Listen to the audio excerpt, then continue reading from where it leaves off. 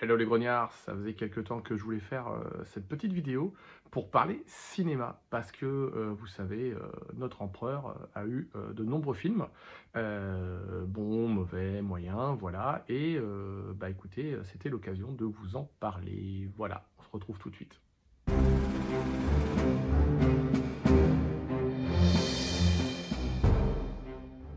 On pourrait parler pendant très longtemps de tout ce qui a été fait au cinéma et à la télé sur Napoléon, mais je voudrais aujourd'hui nous concentrer juste sur quelques-uns pour faire un petit peu l'état des lieux de ce que j'ai vu dernièrement. Et bien sûr, inévitablement, si on parle de films sur Napoléon, on ne peut pas oublier le Napoléon d'Abel Gance de 1927. Alors, le Napoléon d'Abel Gance, c'est quand même le film de 1927 qui est en noir et blanc euh, et qui va retracer justement pendant très très long moment Bonaparte qui devient Napoléon. C'est un grand classique, il faut l'avoir vu si vous aimez le Premier Empire, si vous aimez l'Empereur. Je vous invite vraiment à le regarder, surtout qu'il y a une nouvelle version qui a été reconstruite, c'est-à-dire qu'il y a eu un très très gros travail par les archives du cinéma français, la Cinémathèque française, pour y arriver, et il y a eu énormément de soutien parce qu'il a fallu du temps et de l'argent, et ça c'est vraiment un film que je vous conseille. Heu, c'est extraordinaire, c'est à voir. Ensuite, on enchaîne par un film que j'aime beaucoup, qui est Monsieur N, qui a été fait par Antoine de Caunes. Alors ça peut être un peu surprenant, de la part d'Antoine de Caunes, mais il a fait un film sur, Napoléon à Sainte-Hélène, et je trouve très intéressant, cette, cette, option qui a été envisagée, à savoir est-ce que Napoléon serait vraiment mort sur l'île de Sainte-Hélène ou pas.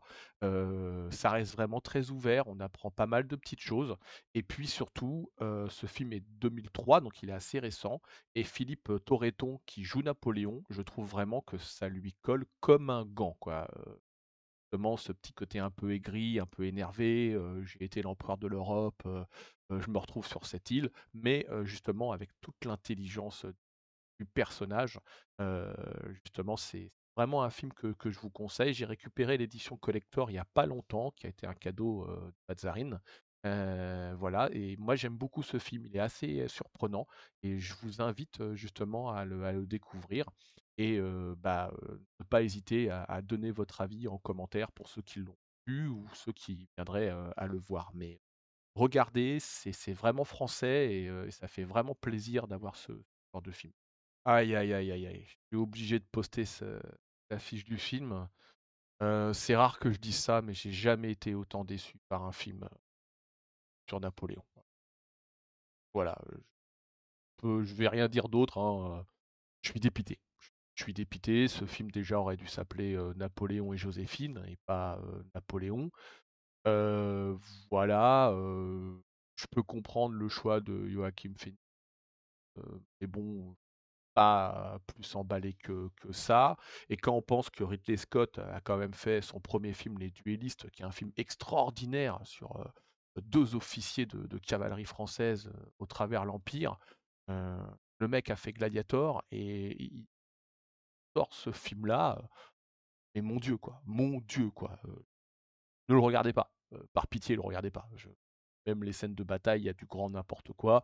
Voilà, je peux rien dire d'autre, hein. Petite aparté, Gladiator 2 est au cinéma.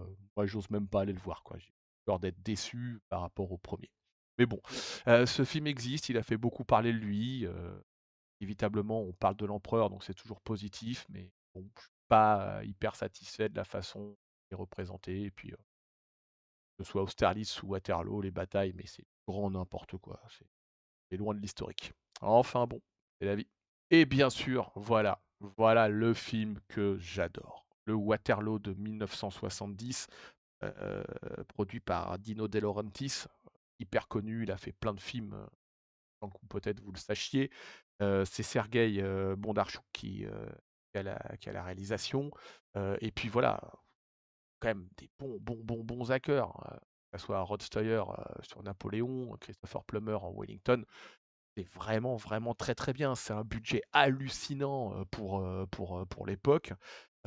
C'est quand même, production italienne, américaine et soviétique, où les soviétiques ont mis un nombre d'hommes sur le terrain pour les batailles, mais hallucinant. Ils ont carrément utilisé une brigade entière qu'ils ont reconstituée avec des uniformes. Voilà, c'est vraiment le film à voir sur le Premier Empire et sur la bataille de Waterloo. Alors bon, moi je le regarde tous les 18 juin en espérant que la fin soit différente. Grosse dédicace à mon ami Giulio, voilà. Mais voilà, il faut vraiment, vraiment voir ce film. C'est vraiment extraordinaire, quoi. C'est vraiment très, très bien fait, quoi. J'en parle parce que j'y pense. Il y a plusieurs versions de Guerre et Paix qui sont sorties. Pareil, il y a des très, très bonnes choses qui sont faites dans les guerres épais qui ont été faites. Je vous invite, pareil, si vous avez un peu de temps et l'envie, à les regarder.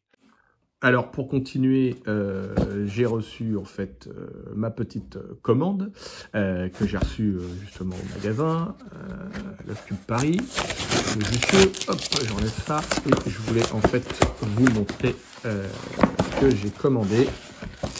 Et donc voilà, en fait,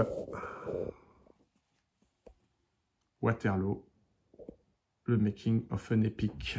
Donc c'est un livre justement sur tout ce qui a été fait pour le film, les planches originales utilisées, les photos prises du film, les acteurs.